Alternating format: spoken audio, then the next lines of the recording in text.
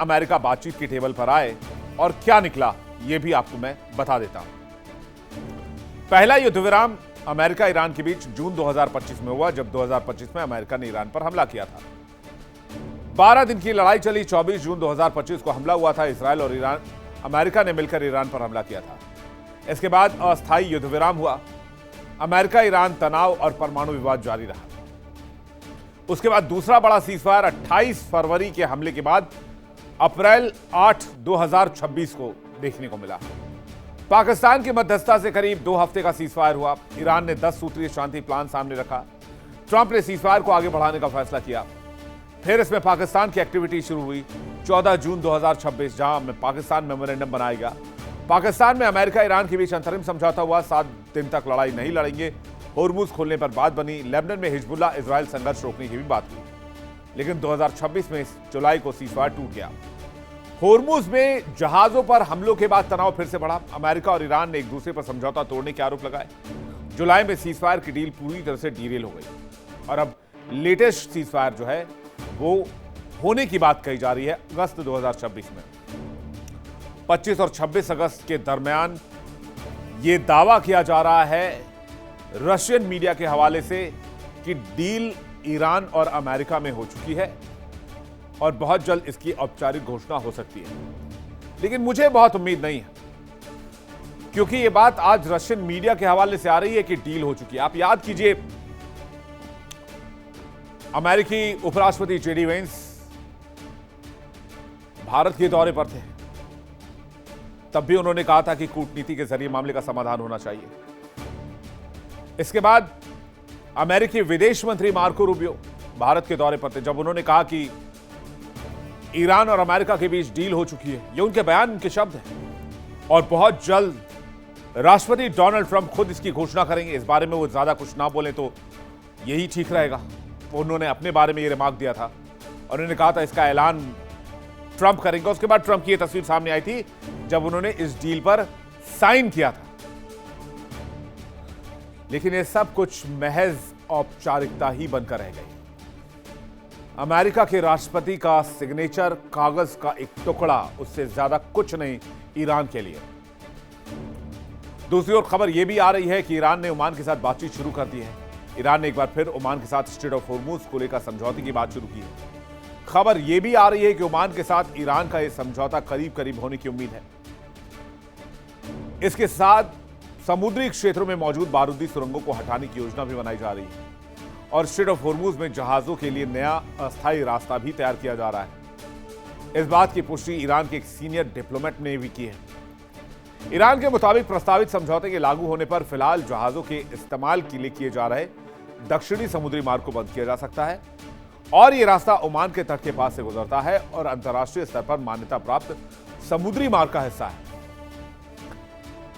America यह मानकर चल रहा था कि ईरान बहुत ज्यादा दिनों का खिलाड़ी नहीं, लेकिन ईरान के नए सुप्रीम लीडर मुश्तबा खामनेई जानते हैं कि अगर अमेरिका को जंग में उलझा कर रखा जाए तो अमेरिका को के गुरूर को तोड़ना बहुत बड़ी बात नहीं है और यही काम इस वक्त ईरान कर रहा है।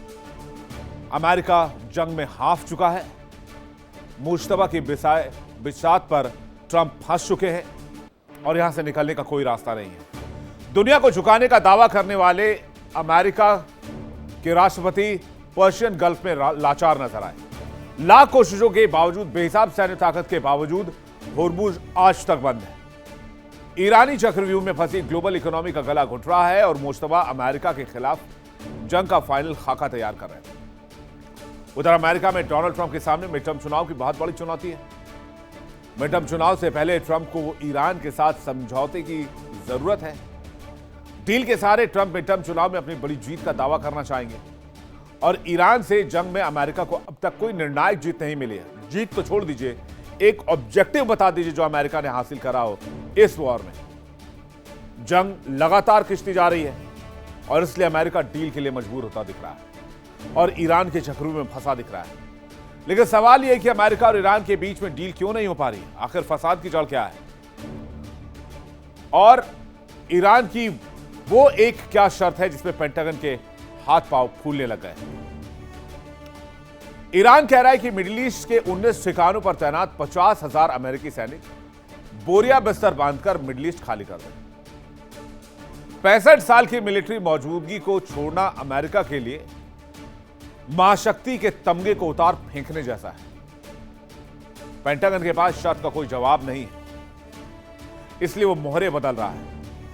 समंदर में थके हुए aircraft carrier USS Abraham Lincoln को वापस बुलाकर उसकी जगह यूएसएस जॉर्ज वॉशिंगटन की तैनाती की जा रही है।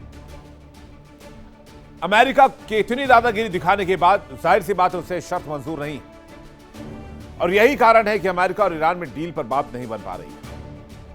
डोनाल्ड ट्रंप अब जंग में हार की वजह से हताश है और डील हो, समझौते हो जाएं जिससे कि ट्रंप की साख बच जाए, इसके लिए ट्रंप हर मुमकिन कोशिश में लगे हुए हैं।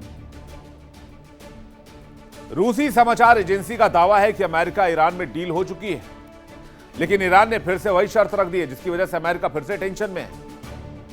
ईरान की शर्त है कि अमेरिका और उसके सहयोगियों द्वारा ईरान पर भविष्य में कोई भी सैन्य हमला नहीं होगा। रणनीतिक रूप से महत्वपूर्ण होर्मुज पर ईरान का नियंत्रण और संप्रभुता बना रहेगा। ईरान को अपने यूरेनियम संवर्धन कार्यक्रम को जारी रखने की अनुमति दी जाएगी। ईरान पर लगाए गए सभी प्राथमिक और सेकेंडरी आर्थिक प्रतिबंध पूरी तरीके से हटा दिए जाएंगे। संयुक्त राष्ट्र सुरक्षा परिषद के ईरान विरोधी सभी पुराने प्रस्तावों को रद्द किया जाएगा। आईएईए बोर्ड ऑफ गवर्नेंस के सभी प्रस्तावों और प्रतिबंधात्मक कार्रवाई का अंत किया जाएगा। युद्ध और पूर्व के प्रतिबंधों की वजह से ईरान को हुए आर्थिक नुकसान की पूरी भरपाई की जाएगी। मिडिल ईस्ट के क्षेत्रों और सैन्य अड्डों से अमेरिकी लड़ाकू सेनाओं को पूरी तरह वापस बुलाया जाएगा। विदेशों में फ्रीज की गई ईरान की संपत्तियों को बिना किसी शर्त के ईरान के लिए खोला जाएगा। लेबनान सहित सभी मोर्चों पर चल रहे सैन्य संघर्ष और युद्ध को स्थायी रूप से खत्म किया जाएगा। उधर अमेरिकी विदेश मंत्री मार्को रूबियो ने कहा है कि ईरान पर नया हमला करने की कोई प्लानिंग नहीं है। दोनों में बातचीत के जरिए ही रास्ता निकालने की कोशिश हो रही है। यानी जंग के मोर्चे पर अमेरिका हार चुका और सिर्फ कूटनीतिक और आर्थिक दबाव के जरिए ही अमेरिका इस जंग से निकलना चाहता है। जो देश हर देश को धमकाने का अंदाज रखता हो और फिर अचानक किसी बातचीत के टेबल पर आ जाए तो जनता इसे हार कहती है। भले अमेरिका के पास था गोला बारूद हो, आधुनिक हथियार हो, खरबों डॉलर का रक्षा बजट हो, लेकिन 28 फरवरी को जो आसान जीत का ख्वाब देखा गया था वो ख्वाब चकनाचूर हो चुका है। ईरान ना तो घुटनों पर आया है, पाबंदियों का हथियार खराब हो चुका है और 50,000 सैनिकों की जान अमेरिका दांव पर लगा चुका है।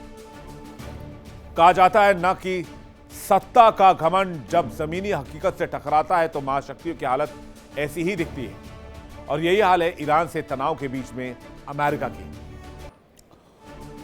एक बहुत मशहूर कहावत है, विनाश काले विपरीत बुद्धि।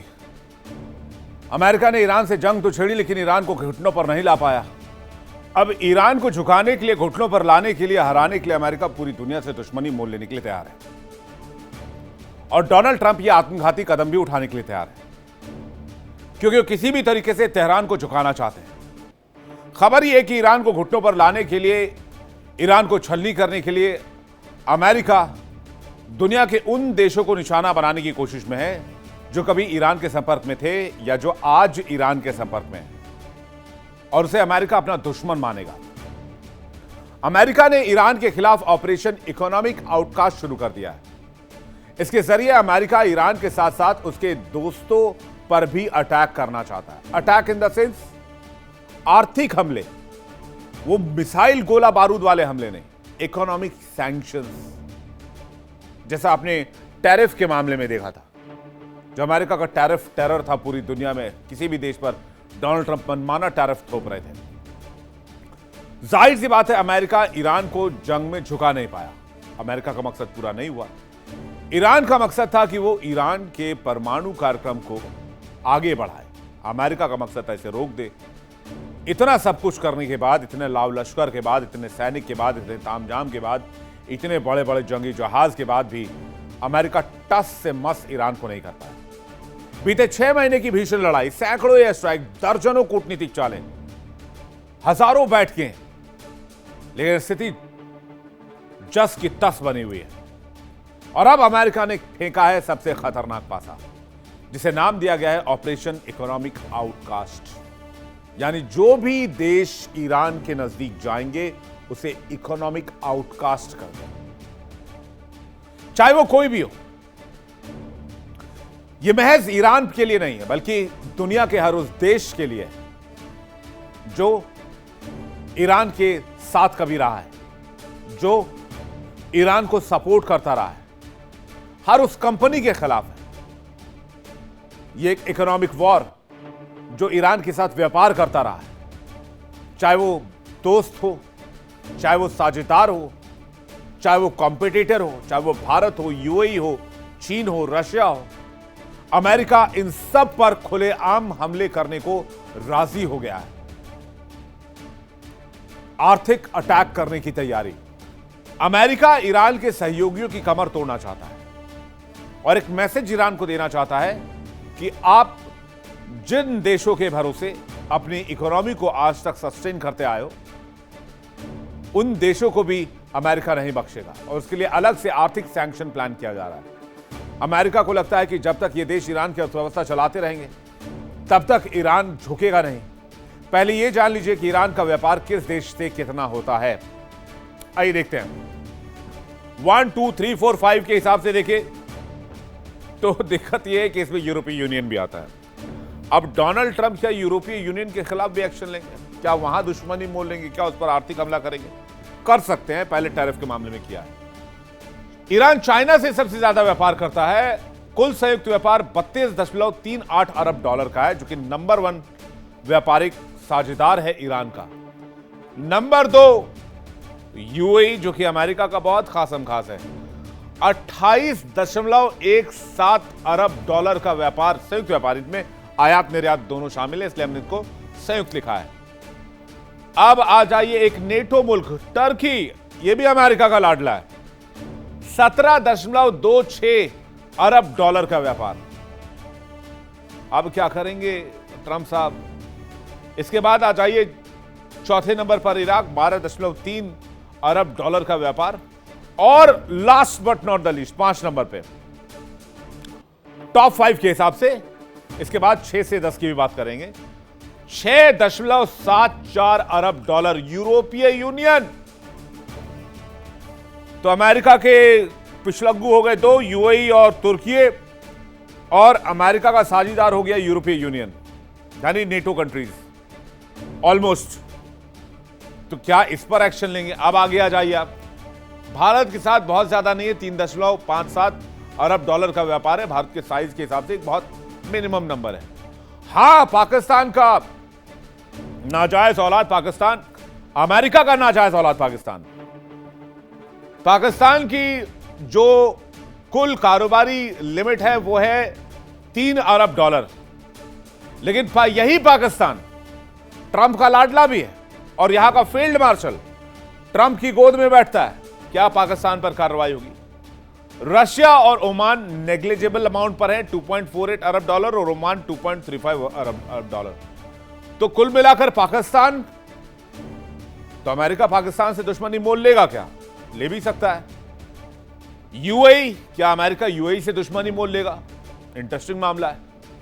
यूरोपीय यूनियन, क्या यूरोपीय यूनियन का आउटकास्ट करेगा अमेरिका? इकोनॉमिक आउटकास्ट करेगा अमेरिका। ऑपरेशन इकोनॉमिक आउटकास्ट में क्या यूरोपीय यूनियन, पाकिस्तान, यूएई ये आउटकास्ट किए जाएंगे?